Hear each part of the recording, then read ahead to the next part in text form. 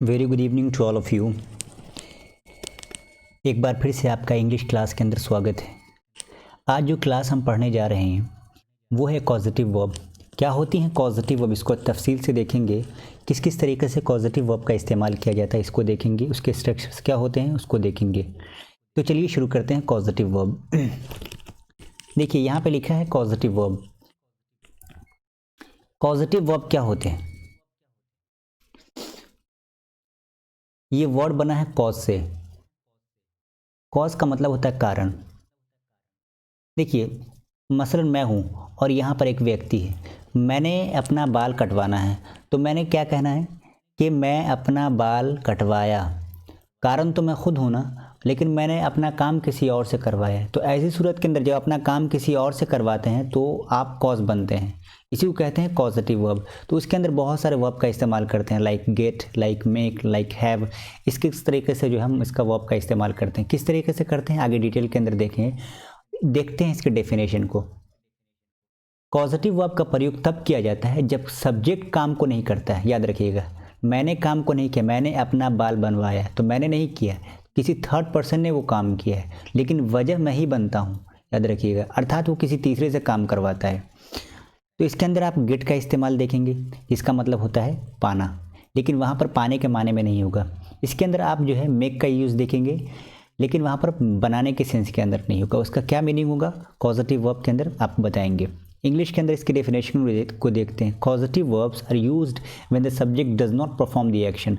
जब सब्जेक्ट खुद काम को नहीं करता हो himself, but it get done, बल्कि वो करवाता है किसी तीसरे पर्सन से। ओके,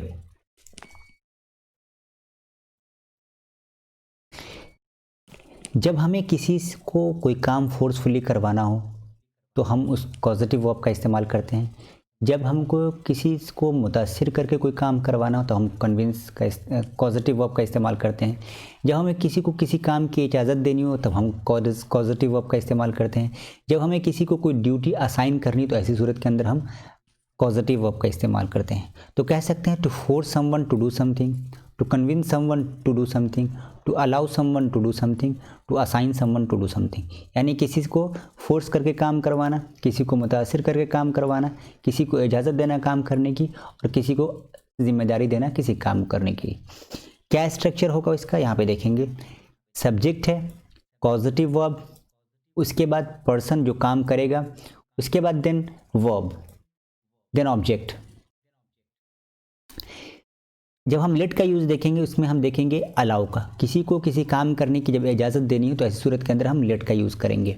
ओके, V1 के साथ। यहाँ दूसरे नंबर पर मेक है। जब किसी को हम फोर्सफुली ताकत के बलबूते पर या किसी को हम कोई काम करवाते हैं किसी भी वजह से, तब हम मेक का इस्तेमाल करते हैं। जब हम किसी को कन्विंस करते हैं कोई काम करने के लिए तो हम गेट का इस्तेमाल करते हैं। इस तरीके से जब हम किसी को कोई काम ड्यूटी सौंपते हैं तब हम हैव का इस्तेमाल करते हैं। तो चलिए एक एक करके डिटेल से देखते हैं इन तमाम पॉजिटिव वर्ब्स को और समझते हैं। सबसे पहले है let. To allow someone to do something, किसी को कुछ करने देना या किसी को कुछ करने की इजाज़त देना। इसका स्ट्रक्चर है सब्जेक्ट, लेट को देखेंगे, उसके बाद पर्सन जो काम करेगा, फिर V1, देन ऑब्जेक्ट। इसको एग्जाम्पल से समझते हैं। तुम मुझे किताब पढ़ने देते हो। याद रखिएगा, तुम मुझे किताब पढ़ने की इजाज़त देते हो, इसका मतलब ये होता है, इसलिए कहा टू अलाउ समवन, यानी तुमने मुझे किताब पढ़ने की इजाज़त दी, तुमने मुझे किताब पढ़ने दिया। याद रखिए, कहीं ना कहीं एक अलाउ का इजाज़त का सेंस होगा। उसको इस्तेमाल करेंगे किस तरीके से इंग्लिश के अंदर, you let me read book. एक चीज़ जो ध्यान देने वाली यहाँ पर वो लेट है। लेट को आप इस्तेमाल करेंगे अकॉर्डिंग टू टेंस। ठीक है, अगर ये सिंपल प्रेजेंट में होगा तो उसको हम डिफरेंट तरीके से इस्तेमाल करेंगे। तो अगर सिंपल प्रेजेंट में होगा तो हम कहेंगे ही लेट्स मी रीड बुक। ठीक है, और चूंकि ये भी सिंपल प्रेजेंट के अंदर ही है, ठीक है, ये भी क्या है, सिंपल प्रेजेंट के अंदर है। लेकिन एक बात याद रखिएगा, इसका सिंपल प्रेजेंट और सिंपल पास्ट यू के साथ सेम ही दिखेगा। जैसे you let me read book, तुमने मुझे किताब पढ़ने दिया, क्योंकि सिंपल प्रेजेंट में जब लेट का इस्तेमाल करते हैं तो यू के साथ, प्लूरल के साथ, तो विदाउट एस इस्तेमाल करते हैं, और इसका V2 और V3 दोनों सेम ही होता है। यानी पास्ट टेंस और पास्ट पार्टिसिपल टेंस दोनों सेम ही होता है। इसलिए याद रखिएगा कि ई के साथ एस या इस्तेमाल ज़रूर करना है, एस या ई एस सिंपल प्रेजेंट के अफर्मेटिव में। आगे देखिए क्या लिखा है, तुम मुझे किताब नहीं पढ़ने देते हो, तुम मुझे किताब नहीं पढ़ने देते हो। You do not let me read book, जिसको मैंने you don't let me read book भी आप कह सकते हैं। और इसको एक और तरीके से आप ट्रांसलेशन कर सकते हैं, you let me not read book. Okay, एक तो तरीका है you don't let me read book, और आपको इस तरीके से कर सकते हैं you let me not read book. Hopefully आपको समझ, तुम मुझे किताब नहीं पढ़ने देते तो किसी को किसी काम करने की इजाज़त देना या ना देना, तो नॉट में आप डोंट भी लगा सकते हैं और लेट मी नॉट भी लगाते हैं। इसको आप टेंस के तबार बदलेंगे तो सिंपल देखिए, अकॉर्डिंग टू टेंस, टेंस की स्पेलिंग TENSE, यहाँ गलत हो गया। देखिए यहाँ लिखा प्रेजेंट में जब इस्तेमाल करेंगे, वो मुझे घर जाने दे रहा है, आई प्रेजेंट कॉन्टिन्यूअस के अंदर, तो he is letting me go home, he is letting me go home. आगे देखिए, ठीक है, पास्ट, पास्ट में किस तरीके से इस्तेमाल करेंगे इसको, ही लेट मी गो होम, उसने मुझे घर जाने दिया। वही मैं आपको अभी पिछली स्लाइड के अंदर समझा रहा था यहाँ पर कि you let me read book और you let me go home, क्योंकि इसका क्या है, लेट जो होता है, इसका जो लेट होता है पास्ट में और पास्ट पार्टिसिपल के अंदर दोनों सेम होता है, लेकिन सिंपल प्रेजेंट के साथ होगा तो यहाँ पे एस ज़रूर होगा, he lets me go home. Next चलते हैं, आगे है make, to force someone to do something, किसी को से कुछ काम करवाना, किसी से कुछ करवाना यानी किसी को कोई काम फोर्सफुली करवाना। मैंने खालिद को क्लास में भिजवाया, यानी ज़बरदस्ती भिजवाया, वो नहीं जाना चाह रहा था। ऐसी सूरत के अंदर आप कैसे उसको बनाएंगे, तो इसका स्ट्रक्चर होगा सब्जेक्ट प्लस मेक, फिर पर्सन वो जो काम करेगा, फिर उसके बाद वर्ब की फर्स्ट फॉर्म देन ऑब्जेक्ट। तो मैंने खालिद को क्लास में भेजा है, तो क्या होगा, सब्जेक्ट आई, फिर उसके बाद मेड, मेड क्यों, क्योंकि पास्ट टेंस के अंदर इसलिए मेड इस्तेमाल करेंगे। खालिद पर्सन हो गया, go back to the classroom, यानी गो बैक यानी वर्ब की first form then object classroom. लेकिन ये ऑब्जेक्ट नहीं है, ये एलिमेंट ऑफ द सेंटेंस है, जिस पर काम होता है उसे ऑब्जेक्ट कहते हैं। आगे देखिए, वो मुझसे रोज़ काम करवाता है, ये सिंपल प्रेजेंट का टेंस है, he makes me work every day.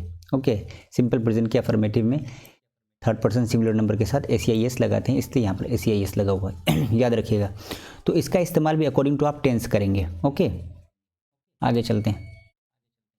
एक बात याद रखिएगा, जहाँ जहाँ आप गेट का इस्तेमाल कर सकते हैं वहीं वहीं आप हैव का इस्तेमाल भी कर सकते हैं, यानी कि मेक और गेट के अंदर सिमिलरिटी है।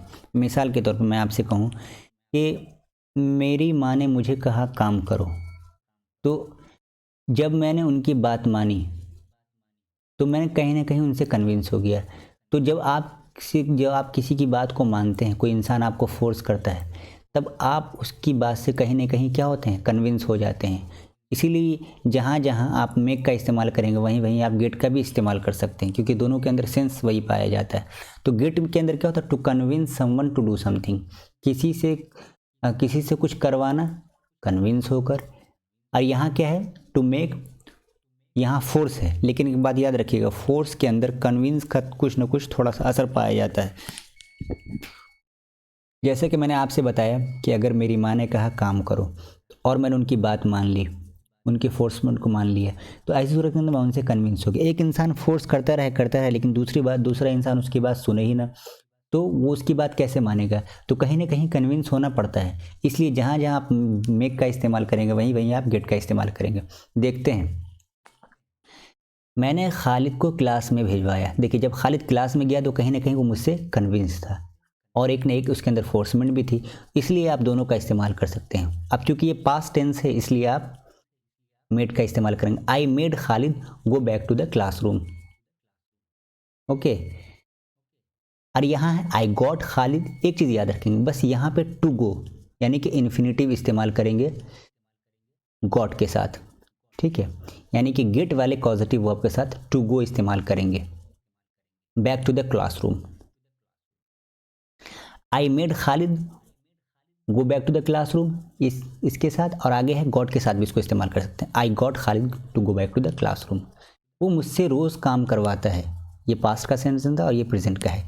He makes me work every day, he makes me work every day, या आप कह सकते हैं he gets me work every day, वो मुझसे रोज़ काम करवाता है। देखिए, तो वो मुझसे रोज़ काम करवाता है, तो जब मैं काम करता हूँ तो कहीं ना कहीं उससे मैं कन्विंस हो जाता हूँ, इसलिए मैं गेट का भी इस्तेमाल कर सकता हूँ, मेक्स का भी इस्तेमाल कर सकता हूँ। Next have. हैव कहते हैं टू असाइन समवन, किसी को कोई ड्यूटी देना, कोई काम करना, कोई जिम्मेदारी देकर कोई काम करवाना। Okay, to assign someone to do something, किसी को कुछ जिम्मेदारी देना काम करने के लिए। देखिए इसके अंदर पहले आप सब्जेक्ट का इस्तेमाल करेंगे, फिर हैव का इस्तेमाल करेंगे, फिर पर्सन, फिर उसके बाद वर्ब की फर्स्ट फॉर्म, इसे आप बेस फॉर्म कहते हैं, देन ऑब्जेक्ट। यहाँ देखिए मैंने अपना होमवर्क दोस्त से करवाया, यानी मैंने अपना काम दोस्त को दिया था कि वो काम करे। ठीक है, तो इसके अंदर एक असाइनमेंट, एक जिम्मेदारी वाली बात हुई है। तो कैसे कहेंगे, I had a friend do my homework. आपको कंफ्यूज होने वाली बात नहीं, यहाँ पे हैड का इस्तेमाल पास्ट की वजह से हुआ है। हैव का पास्ट टेंस हैड और पास्ट पार्टिसिपल भी हैड ही होता है, इसलिए यहाँ पर हैड का इस्तेमाल किया गया है। फ्यूचर के अंदर कैसे इस्तेमाल करेंगे, मैं अपने पापा से एक मोबाइल खरीदवाऊंगा। I will have my father buy a mobile, यहाँ पर हैव जो है मिस हो गया, आप यहाँ पे लिख लेंगे आई will have my father buy a mobile phone. एक एग्जाम्पल और देख लीजिए, मैं अपने एम्प्लॉय से आपको कॉल करवाऊंगा। I will have my employ call you. Okay, इस तरीके से हम पॉजिटिव वर्ब का इस्तेमाल को देखते हैं।